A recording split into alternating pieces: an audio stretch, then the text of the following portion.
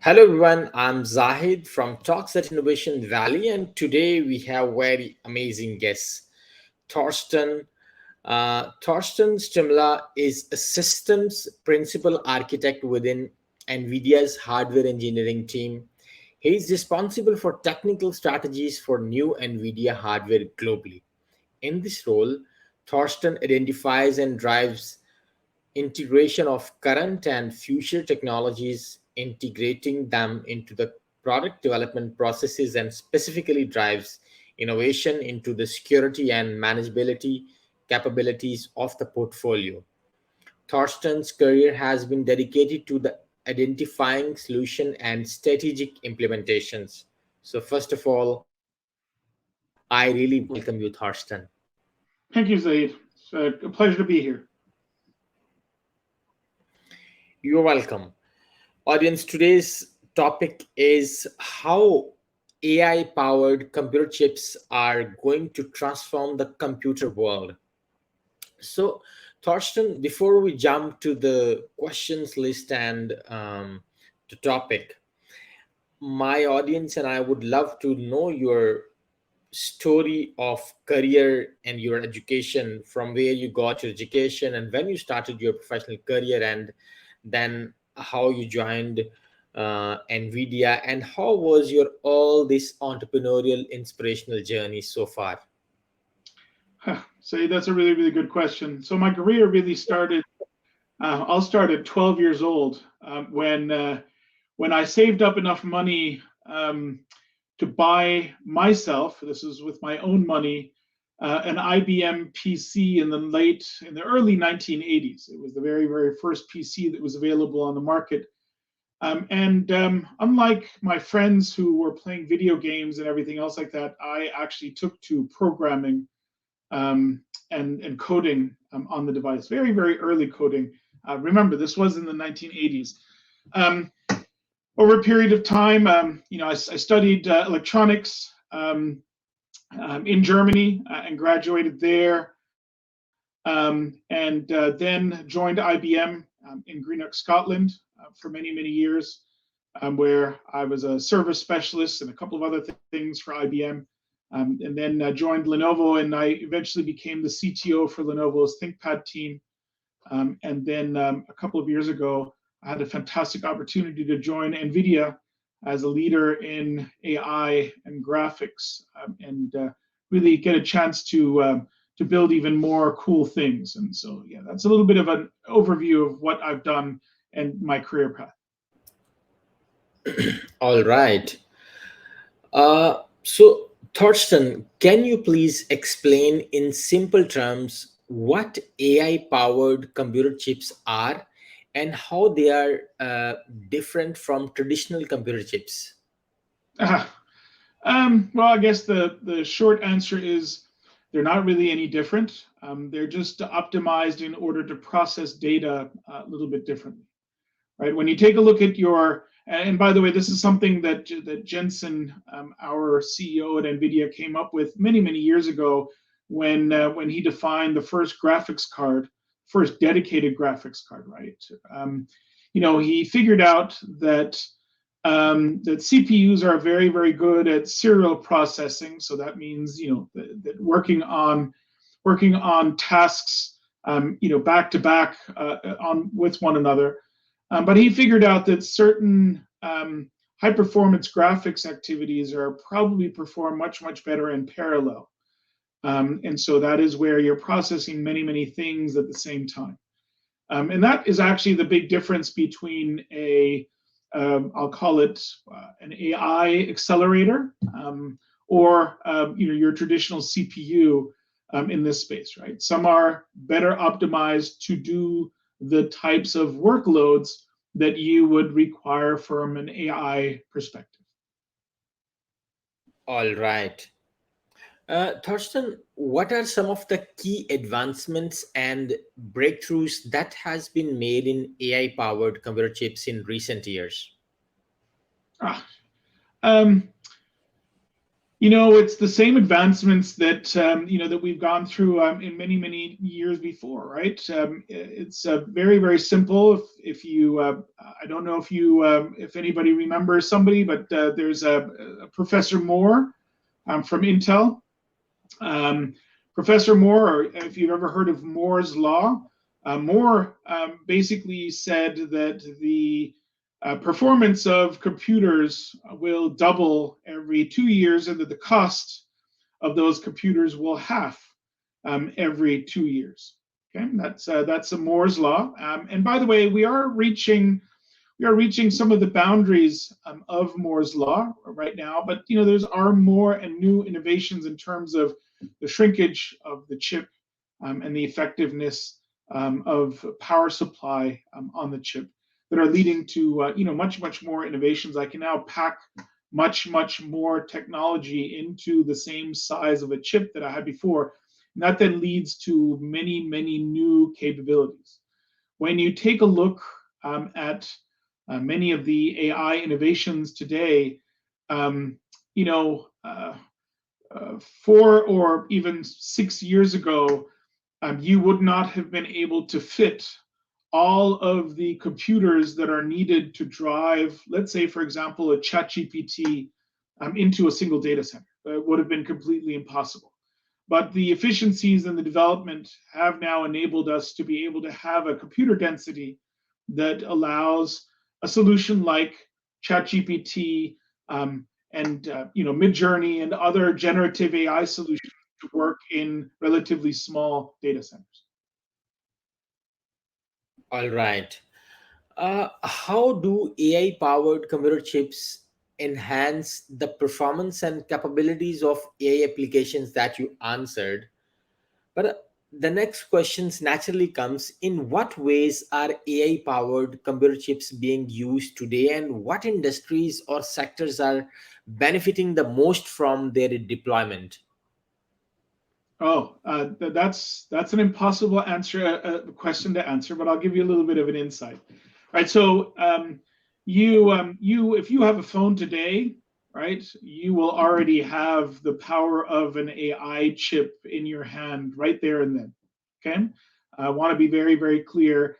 The chips are everywhere and are being used for all sorts of different types of activities in many different things. Let's say, for example, and a very simple example of your phone, right? On my phone today, I, for example, have facial recognition. So when I smile, it will automatically take a picture. When it sees my face, it can do facial detection.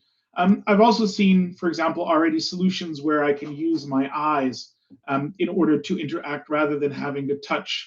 But even the act of touching the screen, right? The filtering. So if you're using your palm of your hand or if you're smudging it, you'll notice that your phone doesn't react to those things. Those are very simple applications of AI on a phone. But that's on the phone.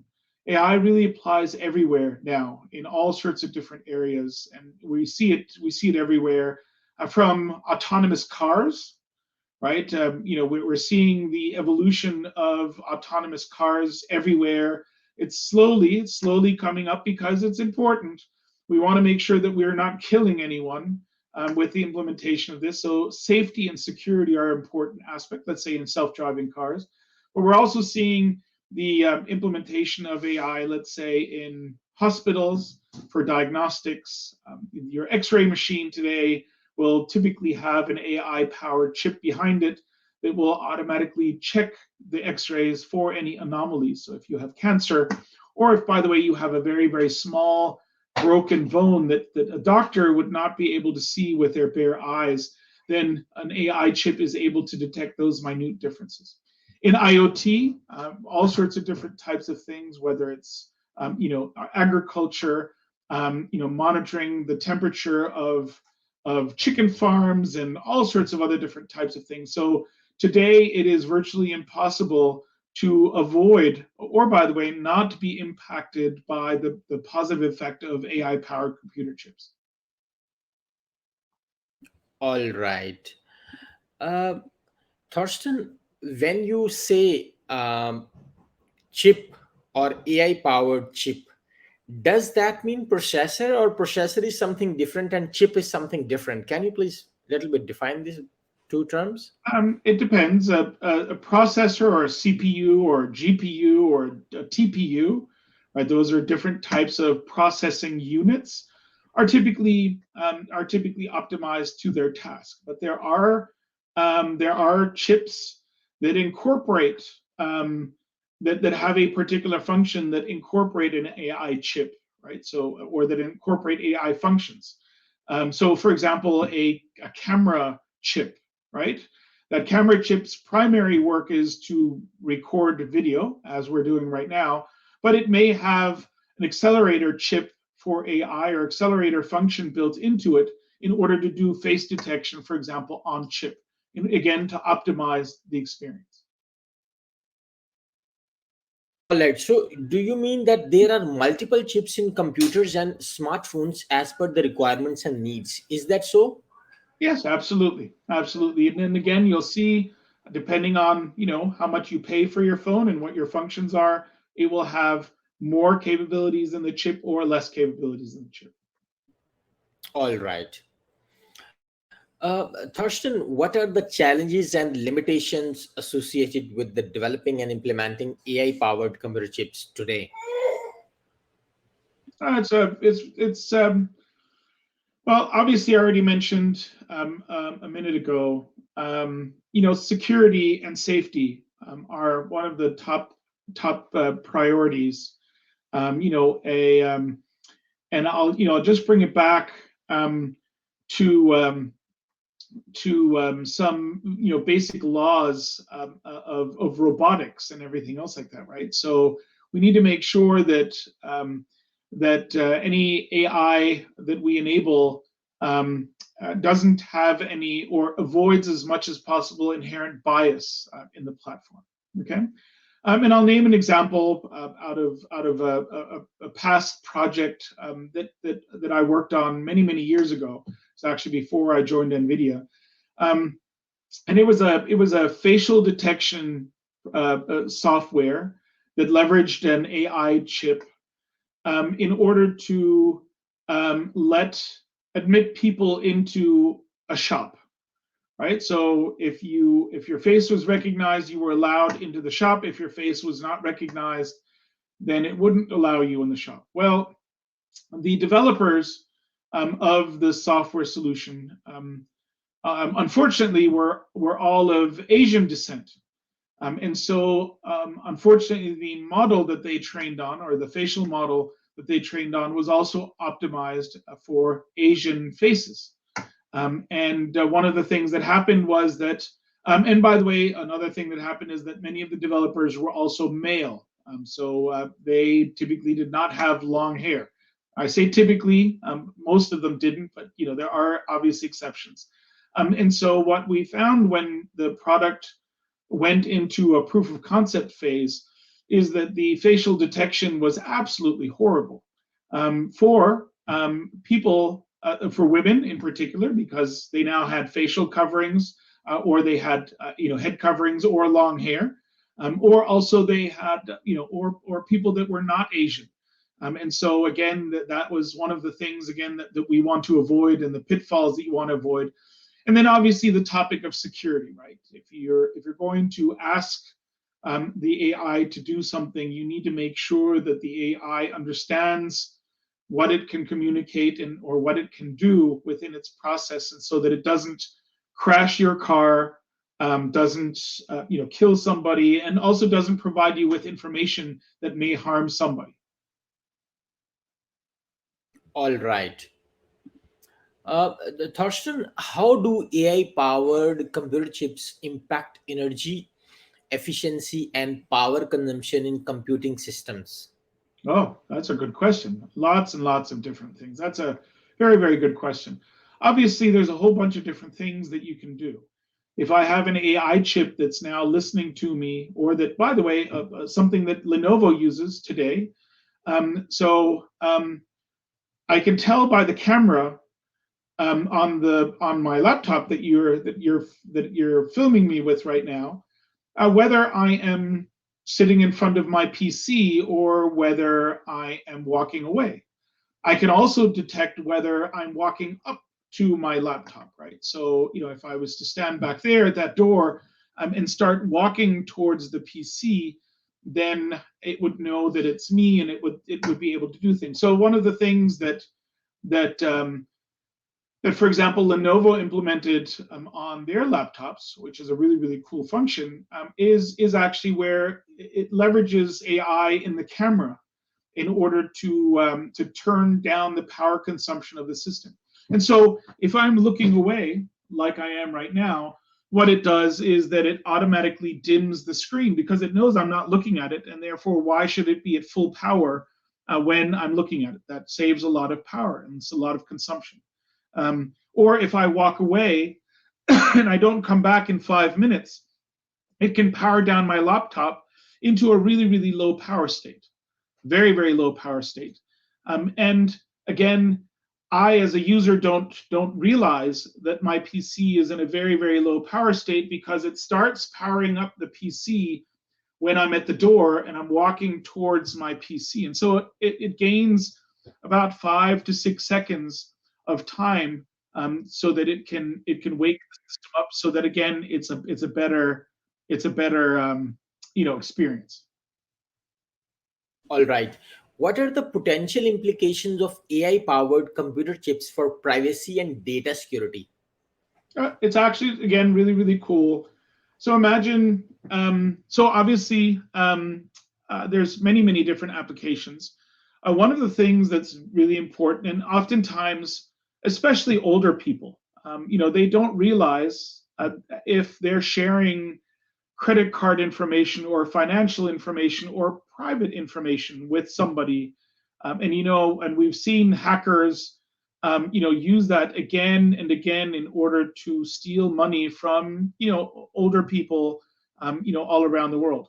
Now, imagine if you had an AI chip on your PC that realized that you are currently giving out your credit card information to somebody, or it realized that you are using your credit card or whatever other kind of thing in order to buy coupons or gift cards, right?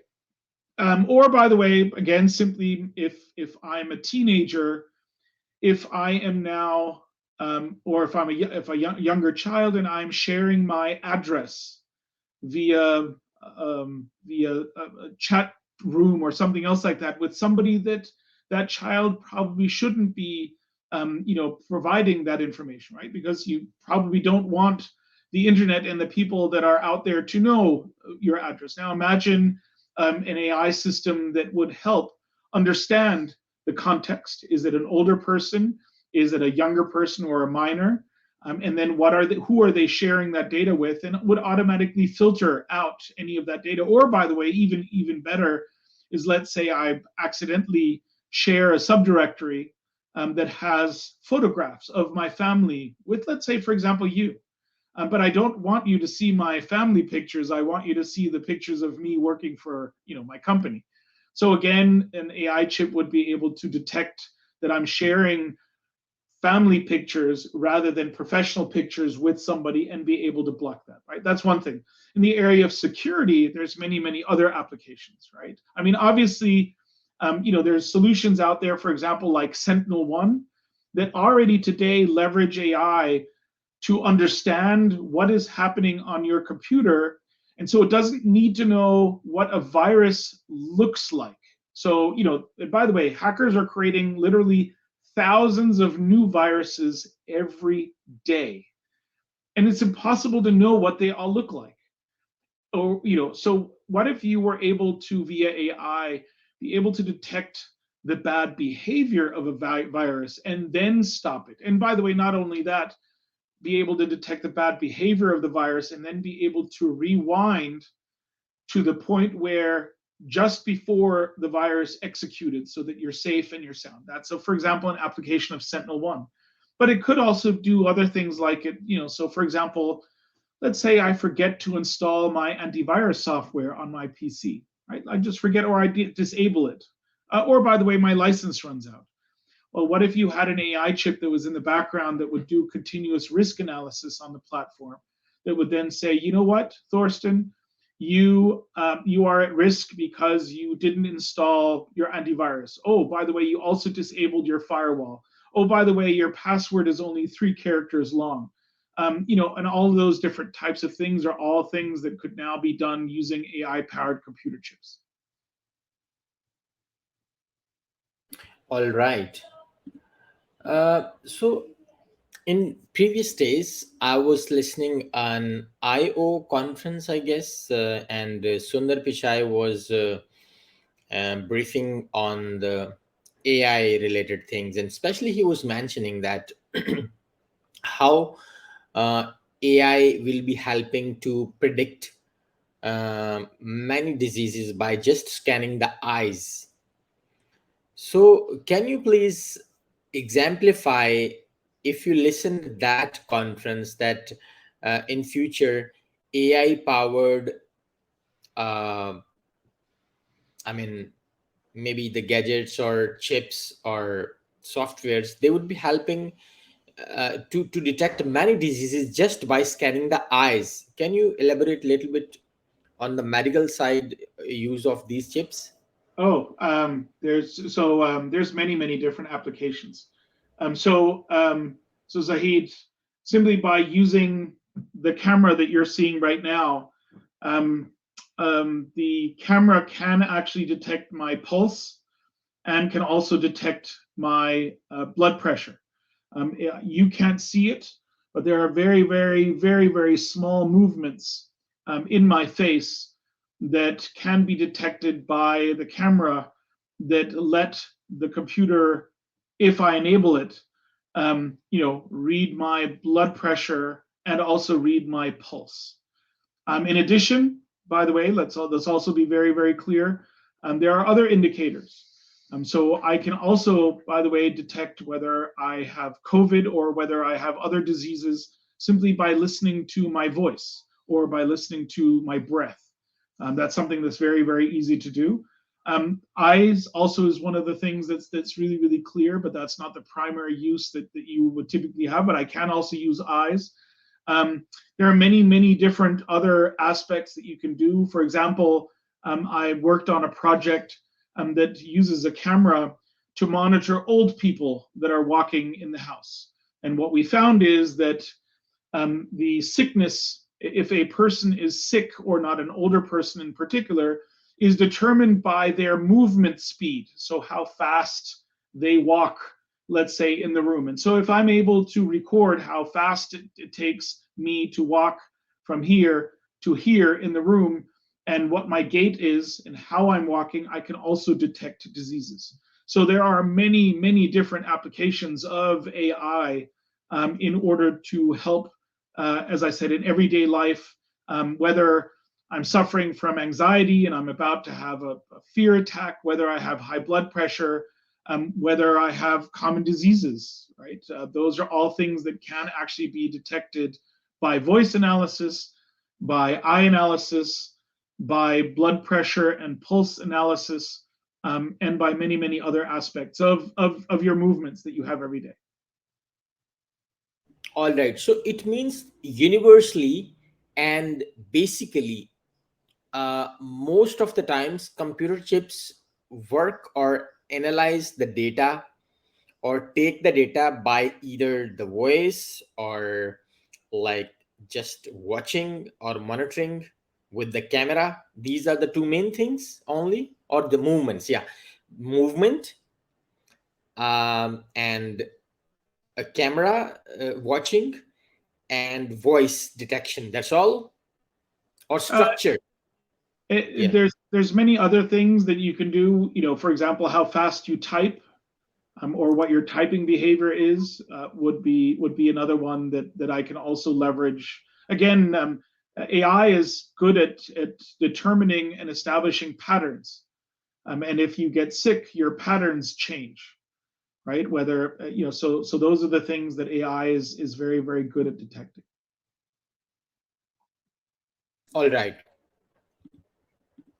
What are the ethical considerations or concerns associated with the widespread use of AI powered computer chips, especially around data privacy and surveillance? Because many people are saying that now the world is going towards the surveillance capitalism. They want to monitor everything, your every moment, your every move. That is a very valid concern. Let's be very, very clear that just like every other beneficial technology, it can also be leveraged for evil, right, or for bad things. And so, what leading companies do, like for example in NVIDIA or other things like it, is that they take privacy and security into consideration when designing a product, right? To make sure that your data doesn't leave your PC, or if it leaves your PC, that it is anonymized enough so that it can't harm you, right? Those are the important things that you need to take. So security by design, and also privacy by design are things that reputable AI companies need to take into account. Now, that doesn't mean that there aren't other companies or other governments that are using this same type of technology for not so good things, right? And again, um, you know, if a government puts up thousands and thousands of cameras, all around your city, and wants to implement full facial recognition and tracking, then that is something but that, by the way, is something that they've been able to do for decades now. That's nothing new. So privacy and security is something that's always a concern, and companies that are reputable will definitely design to make sure that there aren't any vulnerabilities. All right. Thorsten, uh, keeping in view the last question, I'm curious to know something more, and many people are curious to know too. What is the potential of chips to detect and, I mean, to store the data and take the data even offline and push that as the person again goes online? For example, I came to know that after 1974, all the computer chips, I mean, all the computers that are coming to the market, or maybe the smartphones, even if you are offline, even if you don't have internet connection, there is something called backdoor computing. And that machines, every machine, either it's a smartphone or computer or any other machine, mainly the computer and smartphone, the machines push data to the satellites, and later on all that data is went to wherever it is supposed to go as programmed. So is that true that every machine has backdoor computing and data is being monitored, and yeah, things So like he, that? I think you've watched a couple of too many Hollywood movies. Let me be very, very clear on this one. And again, I have a background in security in this space, and have been in the security community for many, many years. Any reputable company that makes a product, okay, cannot afford to install a backdoor on their system, because today there are many, many, many mechanisms to be able to detect whatever that backdoor is. And so when these requests, when this comes up, I always just simply say is, what would be the benefit, right? What is the benefit of doing this as a reputable company versus the amount of benefit that you get from collecting the data?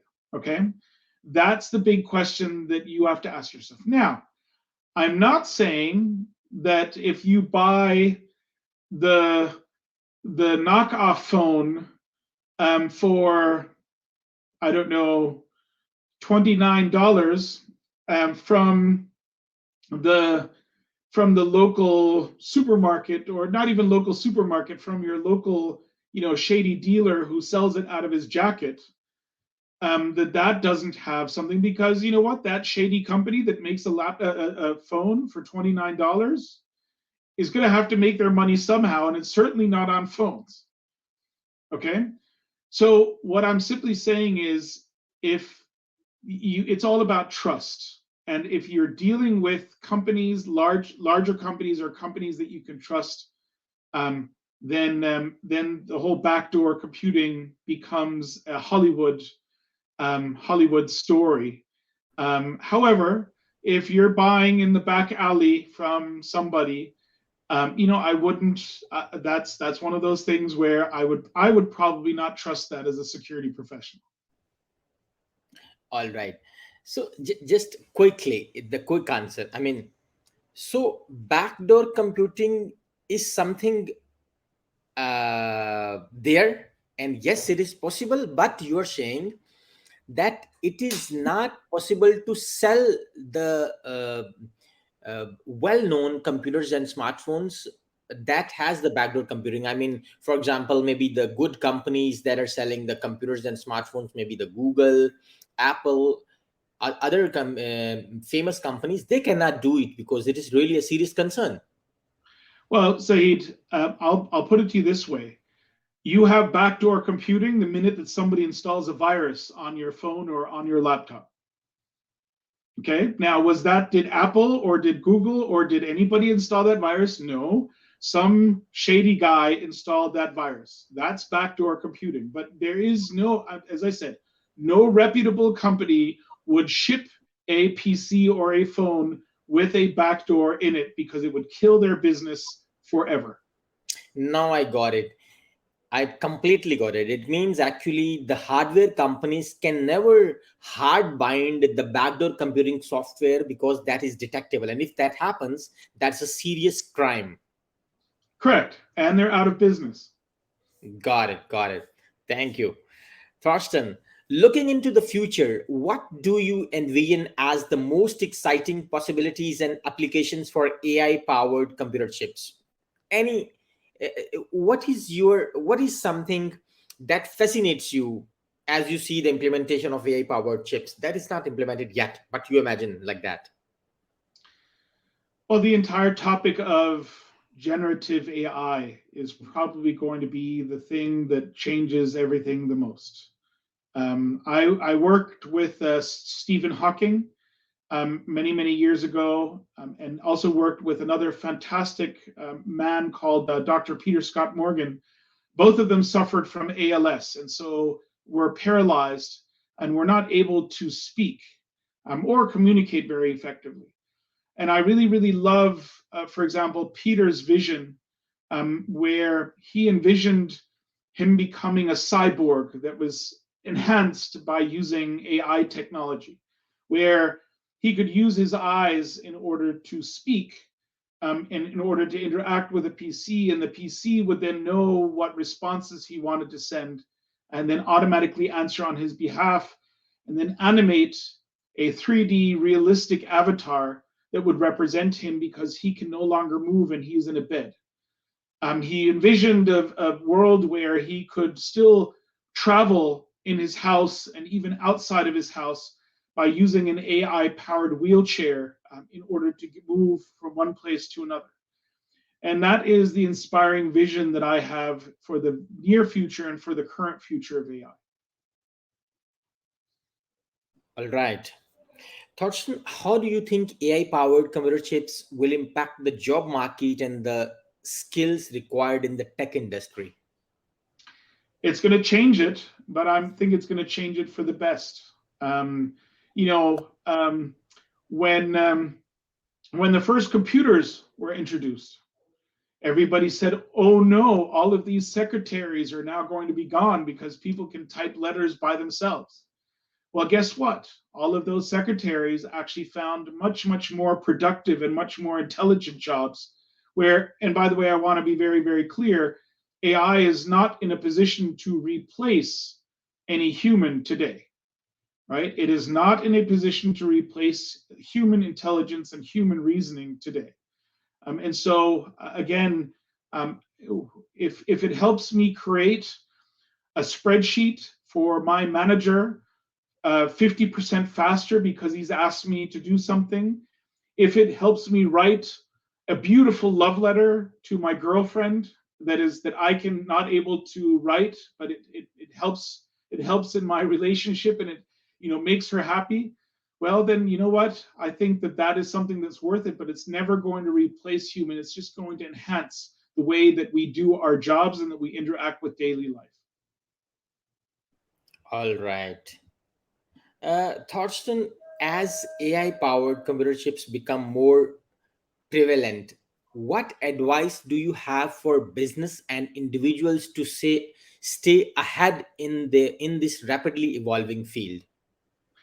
Well, I think they need to embrace AI, get familiar with the generative AI solutions that are available, and see, instead of being defensive, see how they can embrace AI in their production, in their products, right? If you're a services company, how can you do it? If you're a restaurant, how can you leverage AI even in your restaurant? And I do mean this, even in a simple restaurant, AI could be leveraged in order to create new recipes. It could be used to take table reservations, or interact with it, or even orders, right? So there's many different things. Just embrace AI is probably the best thing. All right. Can you provide some insights into any ongoing research or upcoming advancements in AI powered computer chips that we should keep an eye on? Really, I mean, there's just too much. AI in the automotive industry is a really big one. AI in the healthcare industry is another really big one. And then generative AI and AI in the productivity space, right? We're seeing it today in very simple things. Again, I'm just going to bring up my phone. Is when my phone, generates responses and suggestions for responses in emails or in text messages that I send. Those are already very small things, and they're just going to get bigger and better as we move along. All right. Last question. Although you have answered a little bit a couple of minutes ago, but again, because this is a very big conversation, or the posts on the social media, LinkedIn, Facebook, everywhere, and especially the media houses, they are in the habit of publishing the things like this: AI will replace everything, AI will take over, AI will take every job, AI will kill every job, the things like that, the sentences like that. So since we see the potential of chat gpt kind of apps, yes, this is natural response of the brain that okay, AI is really going to dangerous. And I will give the reference of one comment from Elon Musk: AI is too more dangerous as we think. I mean, more than dangerous as we think. So what is your opinion on the AI? I mean, really, there are some should the industries or people be afraid of, or how we should take it? As I said before, I think it's very important to embrace AI as much as possible. We always see um, these panic moments to new technology, right? When the first car appeared, right? Everybody was still riding on horses and carriages, and the first car appeared, and oh my God, it's going to kill everyone, and it's going to be so loud, and everything else like that. And by the and same thing with the first industrial revolution, right? Everybody said, oh, though that steam machine is going to take away my job, and it's going to just destroy everything. But just like the previous industrial revolutions that we've seen, AI is just a natural evolution of where we are as human beings and where we're evolving. And so this is the next step to getting to a better productivity, better health, and many other different types of things. It is important, however, to make sure that we recognize and that we also keep in the back of our heads that, as you said before, privacy and security are very, very important as we move through this, and we have to avoid any kind of bias in this product. All right. In the last is not the question, Thorsten. I would request you to give any message or advice, any inspiring message to the young entrepreneurs, startup founders, business community, and education community that listen my podcast. Any message that can change their life or could inspire them. All I can say is really simply, the material is out there. When I started programming at 12 years old, there was very little. There was no internet.